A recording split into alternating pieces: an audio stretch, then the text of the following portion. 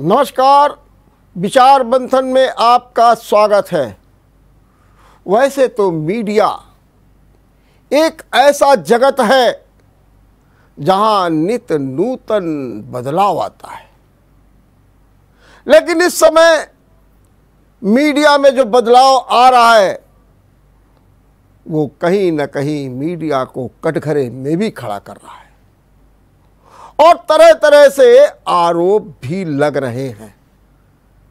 लेकिन मीडिया की दिशा तेजी के साथ आगे बढ़ रही है। इसकी क्या संभावनाएं हैं? मीडिया कितनी उपादेय रहेगी? क्या मीडिया अब जन सरोकार से भी टूट गई है? आज इसी पर चर्चा करेंगे और इस चर्चा में भाग लेने के लिए हमारे साथ है मीडिया जगत की जानी मानी हस्ती, सशक्त हस्ताक्षर, यशस्वी पत्रकार के.जी. सुरेश जी।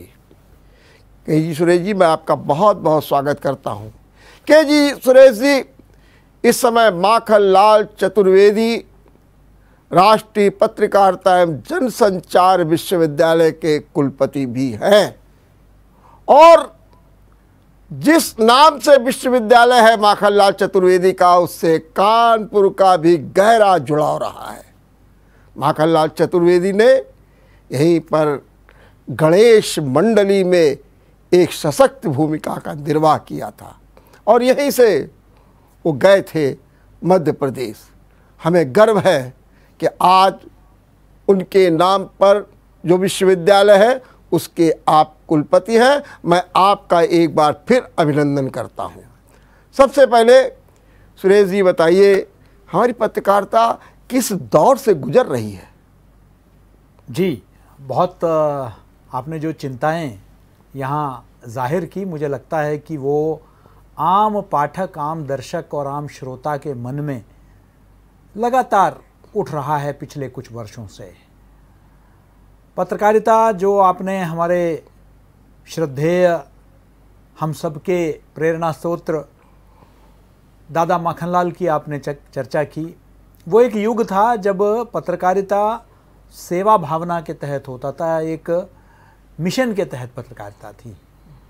मिशन से प्रोफेशन और प्रोफेशन से आगे चलकर कमीशन, ये जो यात्रा है ये दुखद भी है और कहीं ना कहीं पत्रकारिता की एक विश्वसनीयता को लेकर जनसाधारण में एक चिंता का विषय भी है, क्योंकि इससे मात्र पत्रकारिता की विश्वसनीयता पर आघात नहीं हुई है, बल्कि लोकतंत्र पर भी एक तरह से एक खतरा मंडराता है जब पत्रकारिता की विश्वसनीयता समाप्त होती है।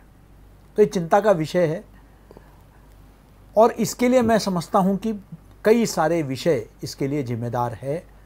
और मुझे ये देखकर मैं बधाई देना चाहता हूं आपके चैनल को, जेएमडी को, कि आमतौर पर हम लोग बौद्धिक वर्गों में, बौद्धिक बैठकों में ज़रूर इस विषय की चर्चा करते हैं, लेकिन मीडिया चैनलों में मीडिया के बारे में इतना खुलकर चर्चा नहीं होती है।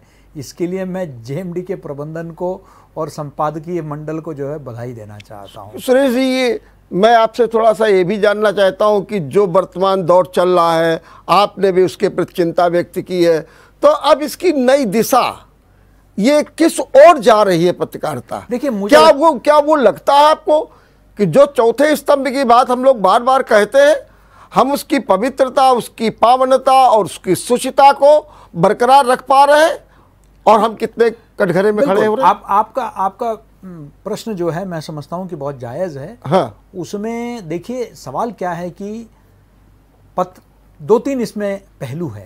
एक, अभिव्यक्ति की स्वतंत्रता का मतलब स्वच्छंदता नहीं है। तो स्वतंत्रता और स्वच्छंदता के बीच में जो फर्क है इसको हमें समझने की आवश्यकता है। पत्रकारिता का मतलब नकारात्मकता मात्र ही नहीं है, पत्रकारिता में सकारात्मकता का भी बहुत गुंजाइश रहती है। पत्रकारिता का मतलब मात्र आलोचना ही नहीं है, पत्रकारिता का मतलब जन जागरूकता भी है और उसमें एक लोकतांत्रिक पद्धति से चुने हुए सरकारों को, चाहे केंद्र में हो या राज्यों में हो, उनके जो सकारात्मक पहल है उनको समर्थन करना है और नकारात्मक पहलू की मजम्मत करनी है, ये भी है। और यही नहीं, ये जो निष्पक्षता है, आज ध्रुवीकरण हो गया है पत्रकारिता में, और इस ध्रुवीकरण के चलते हम लोग या तो सत्ता पक्ष के हो गए हैं या विपक्ष के हो गए हैं, जबकि पत्रकारिता का धर्म जनपक्ष के साथ रहना है। क्या हम जनपक्ष के साथ है? आपने जो सवाल उठाया जन सरोकारों के विषय, आज उससे हम कितना वास्ता रखते हैं ये समझने की आवश्यकता है। क्या आम जनता के दुख दर्द, उनके आकांक्षाएं, उनकी अपेक्षाएं, उनके संवेदनाएं, उनको हम सही मंच प्रदान करते हैं या नहीं? क्या हम बेजुबानों के जुबान है या नहीं? ये प्रश्न उठता है।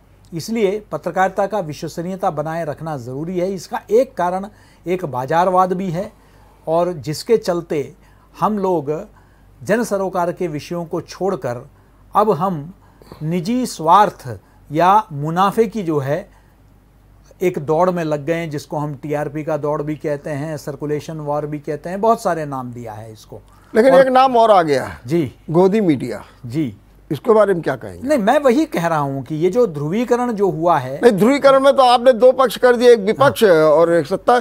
यहाँ तो सब सत्ता सत्ता दिख रही है, गोदी ही गोदी सब दिखाई दे रहा है। देखिए ये भी, या फिर अगर आप ये हमको जरा समझा दीजिए कि हम ये मान के चलें कि 90% सत्ता हो गई और 10% विपक्ष रह गया, क्योंकि कोई बोलती है नहीं अब विपक्ष पक्ष की। देखिए इसका कारण क्या है, मैं आपको बताता हूँ। मैं बहुत इतना ही कहना चाहूंगा, आप जो कह रहे हैं कि जब बाजार हावी हो गया है और मुनाफा केंद्र में आ गया है, तो जाहिर है कि जो उद्योग आज मीडिया पर वर्चस्व हो गया है, जिसके चलते आज मीडिया अपना स्वतंत्रता खो चुकी है। कितने पत्रकार हैं जो आज स्वतंत्र है? आज जो है पत्रकार तो बंधुआ मजदूर हो गया है, और जो है वो वही चीज लिखता है जो उससे लिखने के लिए कहा जाता है। आज जो है खबरें वही बनती है जो न्यूज रूम में तय हो जाती है कि ये खबरें बनानी है। हम लोगों ने उस समय का पत्रकारिता किया है जब हम सड़क में उतरते थे और जो दिखता था उसको हम रिपोर्ट करते थे।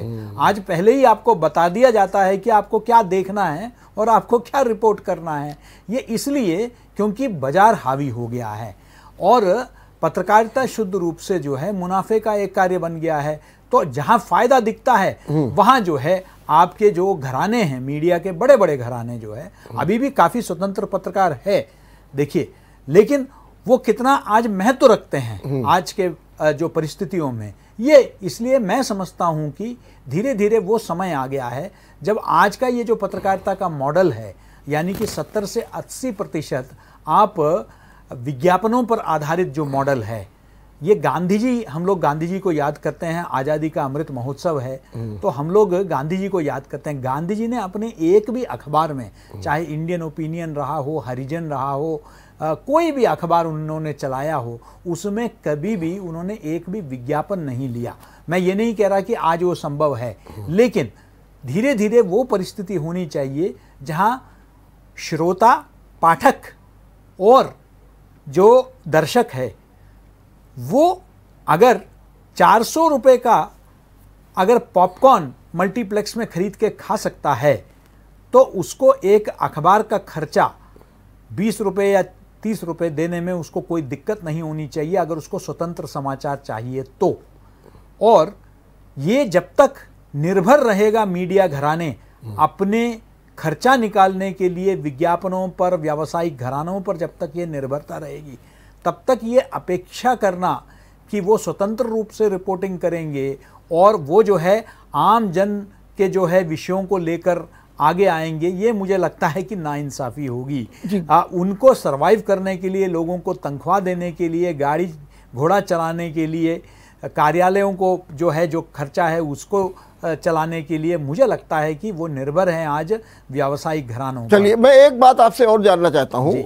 1930 में, आप तो अध्येता रहे, आपको तो ज़्यादा ज्ञान होगा, 1930 में वृंदावन में एक सम्मेलन हुआ था संपादकों का। उसमें बाबू विश्वनाथ पारकर ने एक शब्द कहा था कि आने वाली पत्रकारिता कैसी होगी।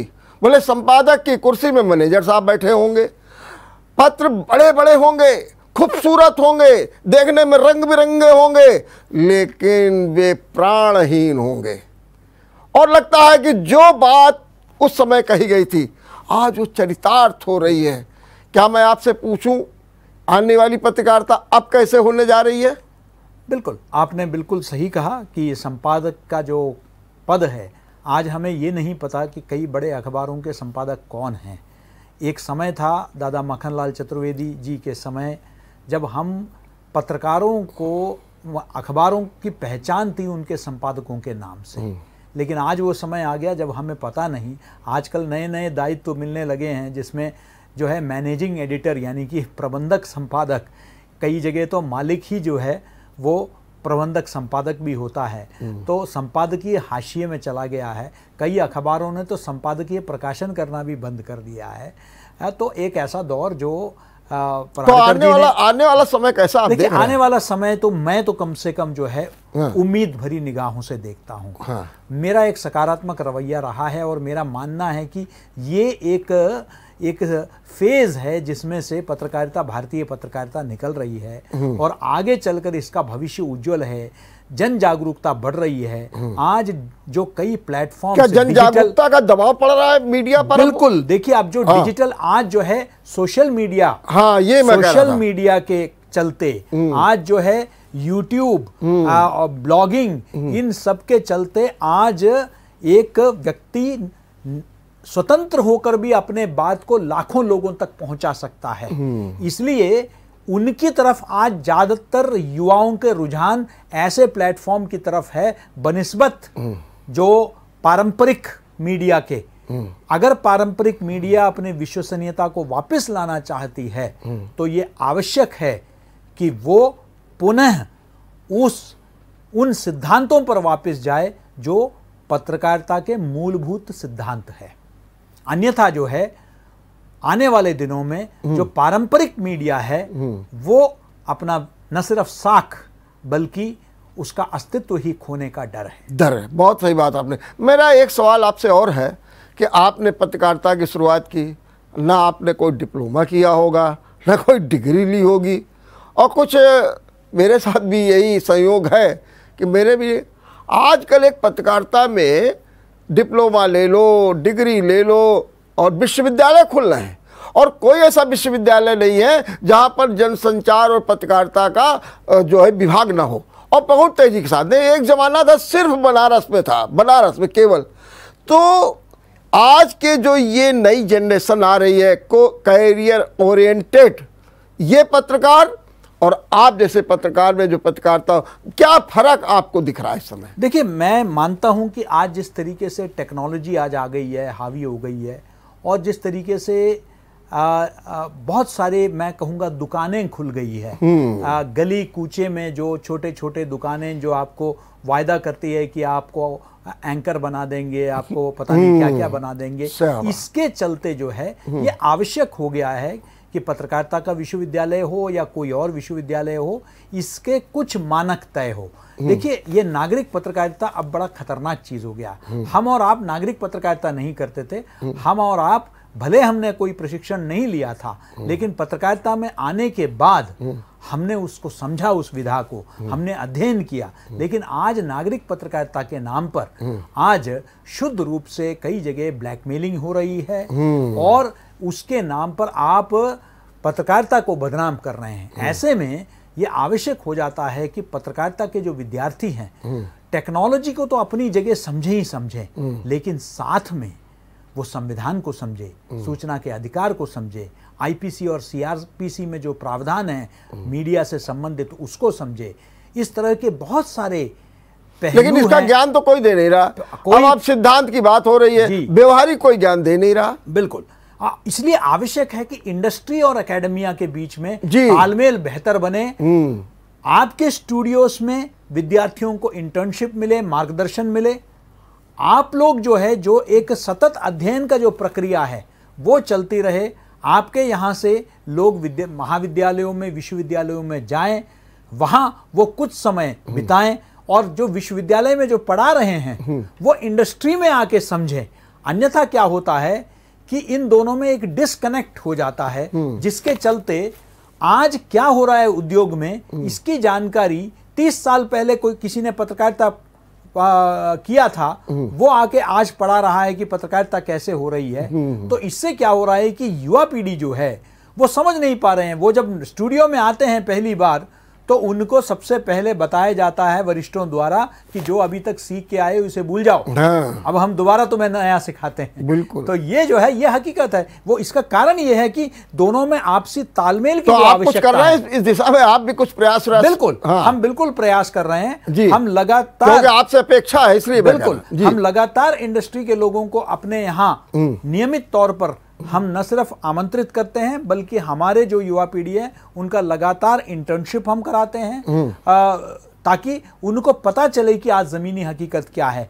पूरे सम्मान के साथ मैं ये भी कहना चाहता हूं, हम वरिष्ठ पत्रकारों को विशेष सत्र के लिए आमंत्रित करते हैं, लेकिन नियमित रूप में जो कक्षाएं ली जाती है उसके लिए इस वक्त जो पत्रकार काम कर रहे हैं इंडस्ट्री में, जिनको मालूम है कि इस वक्त इंडस्ट्री में क्या हो रहा है, उसका हकीकत क्या है, उनसे हम ज्यादा अपने बच्चों को जो है मुखातिब कराते हैं, उनसे रूबरू करवाते हैं। इससे जो है उनका बहुत प्रायोगिक एक पहलू जो है हमारे युवा पीढ़ी को मिलती है। अच्छा, इसका एक कारण और भी मानते थे कि जो पहले के जो पत्रकार होते थे वो पहले साहित्यकार होते थे। भारतेंद्र हरिश्चंद्र ले लीजिए, प्रताप नारायण मिश्र ले लीजिए, बालकृष्ण भट्ट ले लीजिए, कमलापत त्रिपाठी ले लीजिए, आप कोई भी एक से, यहाँ तक कि विद्यानिवास मिश्र ले लीजिए, राजेंद्र अवस्थी ले लीजिए, ये सब साहित्यकार थे और ये अच्छे पत्रकार भी के रूप में भी आए। राजेंद्र माथुर हुए, आप किसी का भी नाम ले लीजिए। लेकिन आज जो है वो साहित्यकार तो पत्रकार बन नहीं पा रहा है और वो दूर हो रहा है। क्या आपको लगता है कि जो ये वैक्यूम आ गया है या जो इस समय दौर चल रहा है, जैसा भी आपने कहा टेक्नोलॉजी हावी हो रही है और व्यवहारिक ज्ञान नहीं,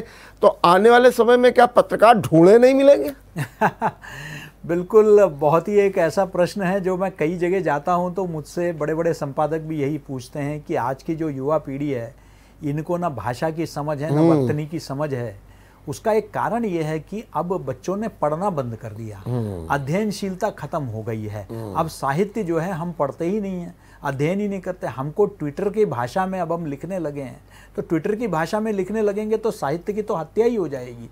तो ये बिल्कुल स्पष्ट है कि पहले जो है हम लोग अब अध्ययन नहीं करते हैं। दिक्कत संकट इस बात का है कि आज पत्रकारिता में हम पढ़े बगैर लिख रहे हैं और सुने बगैर बोल रहे हैं। ये चिंता का विषय है और ये आवश्यक है कि हमारे जो नई पीढ़ी है उसको और अध्ययनशीलता की और अध्ययन अध्ययन अध्ययन जितना वो पढ़ सकते हैं। हम सबने भले पत्रकारिता नहीं अध्ययन किया था, लेकिन हम लोग इतना कुछ साहित्य को लेकर हम लोगों ने अध्ययन किया, इतना कुछ, इससे हमारा व्यापक एक वैश्विक दृष्टिकोण रहा।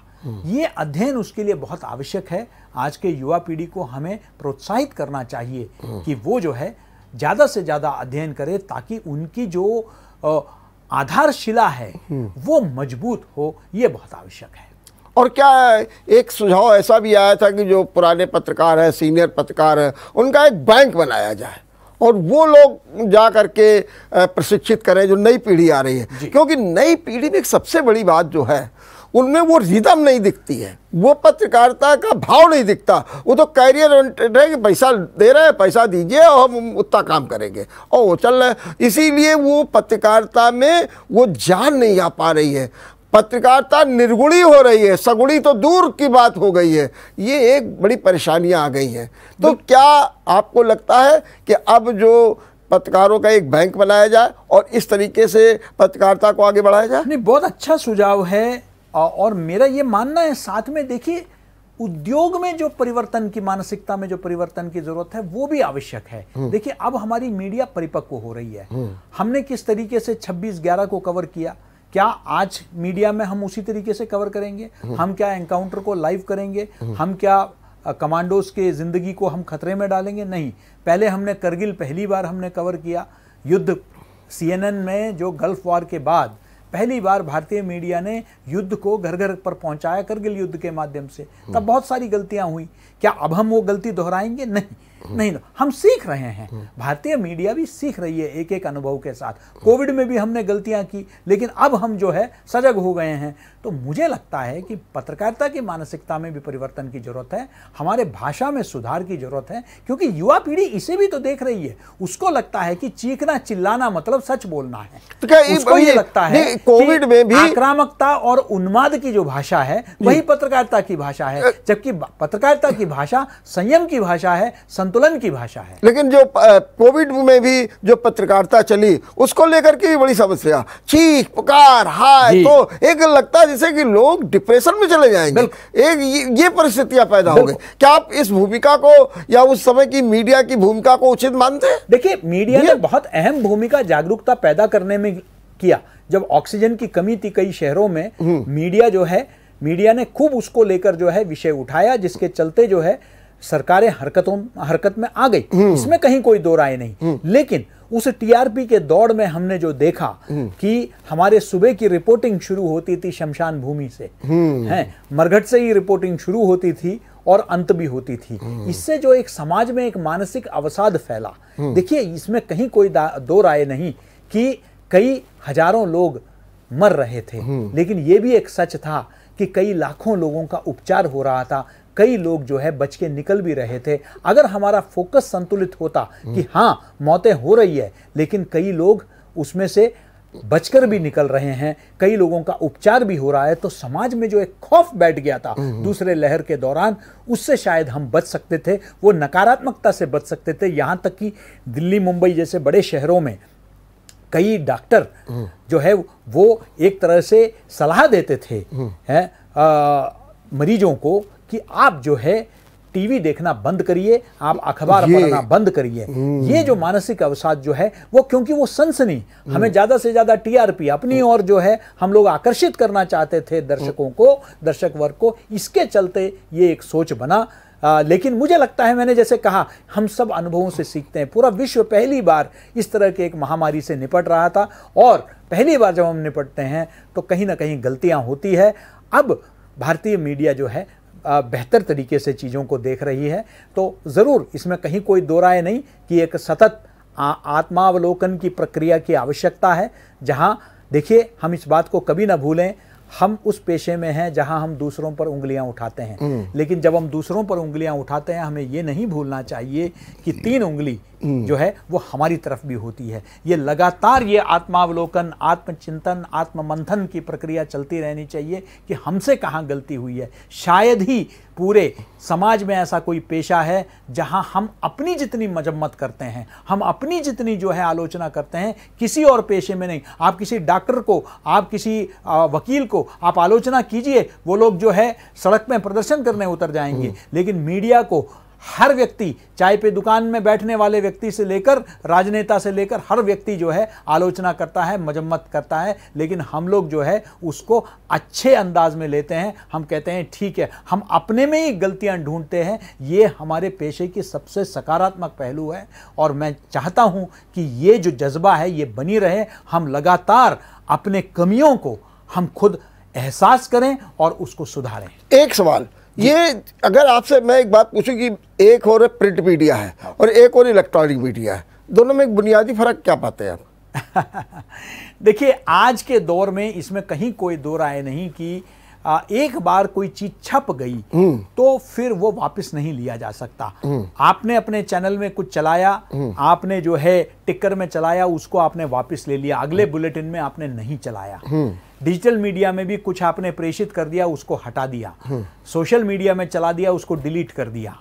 लेकिन एक बार अखबार में छप गया, वो वैसे ही है जैसे कमान से निकला हुआ तीर, एक बार निकल गई तो निकल गई। इसलिए बहुत सारा उसमें एक संपादकीय प्रक्रिया जो है वो बहुत मजबूत है।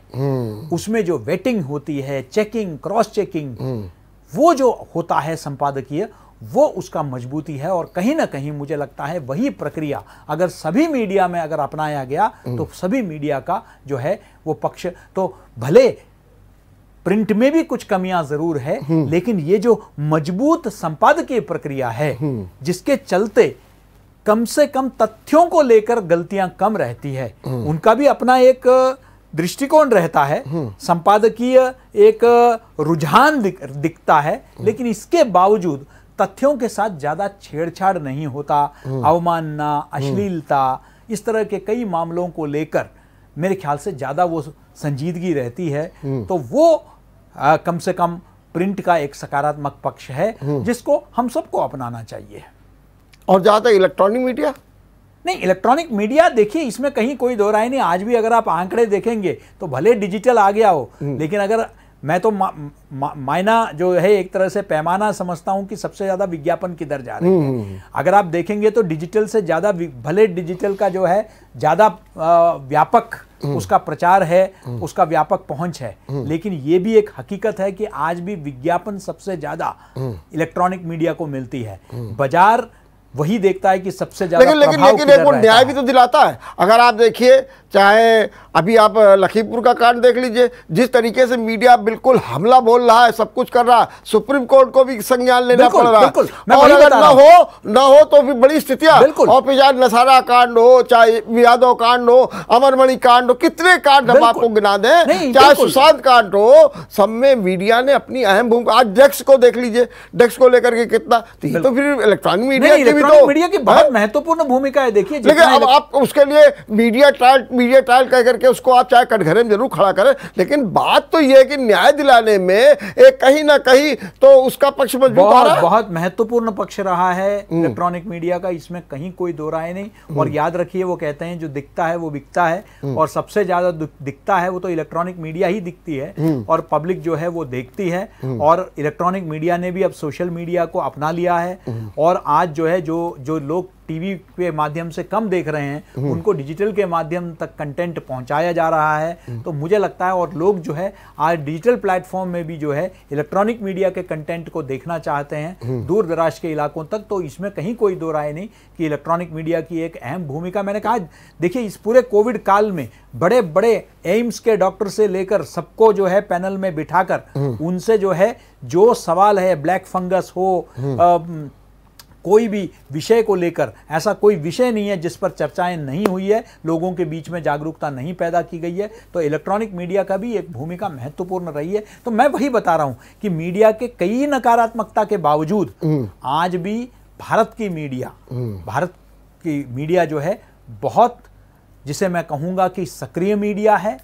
भारत के मीडिया के अंदर जो है वो जुझारूपन है। अभी हाल ही में बहुत बड़ा विवाद हो गया था जब अमेरिकी राष्ट्रपति ने जो है अमेरिकन मीडिया के जो है तुलना में भारतीय मीडिया की जो है प्रशंसा की। उन्होंने, अमेरिका में बहुत बड़ा विवाद बन गया, लेकिन ये हकीकत है कि आज पूरा विश्व में, मैं खुद जब भारतीय लेकिन उसमें दूसरा पक्ष भी तो था कि मोदी को लेकर के भी वहां पर काफी विवाद हो गया था कि वो मीडिया को बहुत प्रश्रय देते हैं, ये देते हैं, उसका भी तो एक मुद्दा आया था।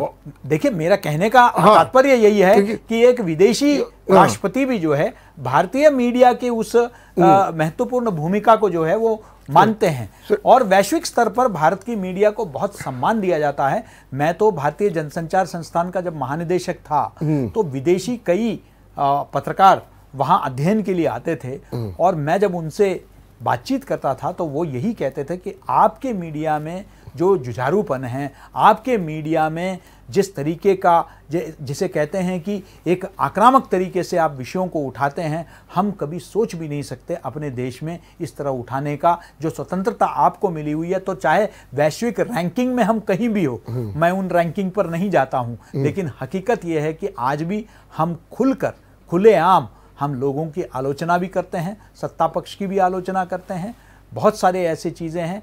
और आज स्थिति पहले के तुलना में अगर आप देखेंगे, देखिए, आपने भी 1975 देखा था, आपातकाल का एक स्थिति भी देखा था। तो जो लोग आज ये कहते हैं कि भारत में मीडिया की स्वतंत्रता नहीं है, तो मैं तो कम से कम उनसे असहमत हूं। मैं तो ये मानता हूं कि 1975 जिन्होंने देखा है, 75 से 77 जिन्होंने अनुभव किया है, वो देखेंगे कि आज भी हमारी मीडिया जिंदा है, और हमारी मीडिया जो है वो बहुत ही सजग, सक्रिय और जो है सकारात्मक है। तो मुझे कम से कम बहुत उम्मीदें हैं इस मीडिया के भविष्य को लेकर। एक मेरा अंतिम सवाल है आपसे।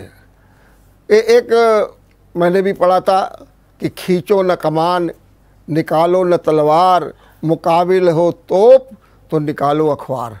ये जो गौरव था जी। कैसे स्थापित हो सकता है? कुछ टिप्स दे दीजिए जरा इसकी। अब अखबार का तो पता नहीं, यूट्यूब प्लेटफॉर्म जरूर अब जो है आप लॉन्च कर सकते हैं। और सभी बड़े पत्रकार जो आजकल बेरोजगार हो गए हैं, सबने अपना अपना यूट्यूब चैनल शुरू कर दिया है और बहुत कामयाबी, गोल्ड, डायमंड, पता नहीं क्या क्या दिखाते हैं वो, कि ये मिल गया वो मिल गया। तो मुझे लगता है कि आज के डिजिटल युग में जब टेक्नोलॉजी जो है बहुत सहज हो गई है, और इसके चलते जो है आज हम अपनी बात को लाखों लोगों तक पहुंचा सकते हैं। हमें करोड़ों रुपए की निवेश करने की आवश्यकता नहीं है। आज जनसाधारण भी, आम व्यक्ति भी अपने बात को सबसे ताकतवर व्यक्ति तक भी पहुंचा सकता है। ये टेक्नोलॉजी की देन है। बस इतना ही है कि हम जो भी करें जिम्मेदारी से करें।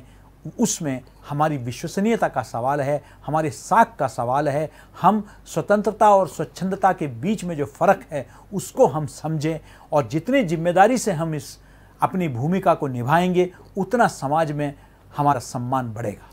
बहुत बहुत धन्यवाद सुरेश जी, आपको बहुत बहुत धन्यवाद। आपने बहुत अच्छे ढंग से आपने बात प्रस्तुत की, और निश्चित रूप से एक बड़ा संदेश है पत्रकारिता के लिए। जिम्मेदारी निभाइए और विश्वसनीयता को बरकरार रखिए, साख रखिए।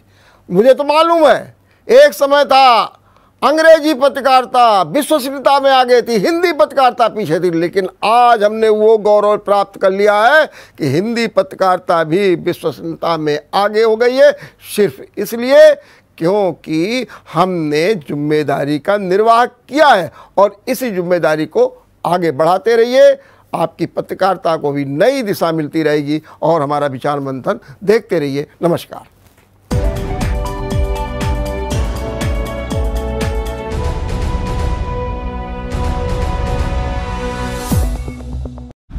अगर आपको हमारा वीडियो पसंद आया हो तो हमें लाइक करें, सब्सक्राइब करें और ज्यादा से ज्यादा शेयर करें। और हाँ, बेल आइकॉन दबाना ना भूलें ताकि हर खबर का अपडेट आप तक पहुंचे तुरंत।